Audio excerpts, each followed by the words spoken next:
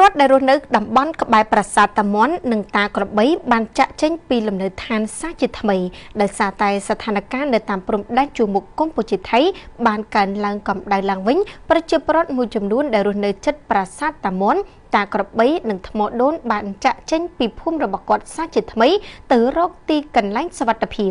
លោកផុនចាន់និលអភិបាលក្រុងសំរោងខេត្តឧត្តរមានជ័យបានប្រាប់ផងមេថាជាការពិតហើយនៅថ្ងៃទី25ខែកញ្ញាឆ្នាំ2025នេះពិតជាមានអ្នកភូមិមួយចំនួននៅជាប់ជើងភ្នំប្រាសាទតាក្របីបានជម្លៀសចេញពីភូមិពិតប្រាកដមែន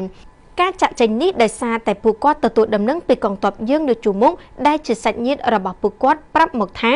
តបកំពុងត្រៀមប្រយុទ្ធខ្ពស់ព្រោះតបសៀមបានបញ្ជូនតបគេថែមច្រើនមកទល់មុខកងទ័ពយើងលោកអភិបាលក្រុងបន្តថាអ្នកភូមិដែលបានចាក់ចេញនោះមានភូមិត្រពាំងត្រៅភូមិអូបាក់ដៅក្នុងសង្កាត់បន្សៃរាដែលឡែកលោកអាន់សាមិតអភិបាលរងស្រុកបន្ទាយអំពិលវិញបានប្រាប់មកថាអ្នកភូមិនៅក្នុងមូលដ្ឋានរបស់លោកក៏បានចាក់ចេញពីភូមិដូចគ្នាដែរក៏ប៉ុន្តែតិចតួចនោះទេលោកសាមិតបញ្ជាក់ថាពួកគេចាក់ចេញពីភូមិរបស់គាត់ដែលនៅក្បែរកន្លែងធ្លាប់ប្រយុទ្ធគ្នាមកស្នាក់នៅផ្ទះបងប្អូនគាត់នៅជួរក្រោយប៉ុន្តែមិនមែនមកដល់ជំរំជនភៀសសឹកចាស់នោះទេដូច្នេះនៅក្នុងនាមជាអាជ្ញាធរយើងត្រូវតែជួយសម្រួលពួកគាត់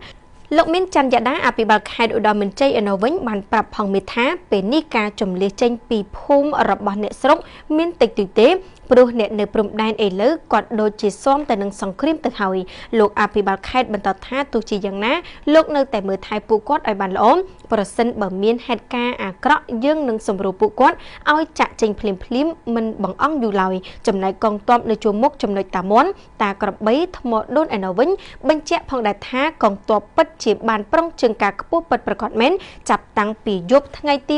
24រហូតមកដល់ព្រឹកថ្ងៃទី25ខែកញ្ញានេះ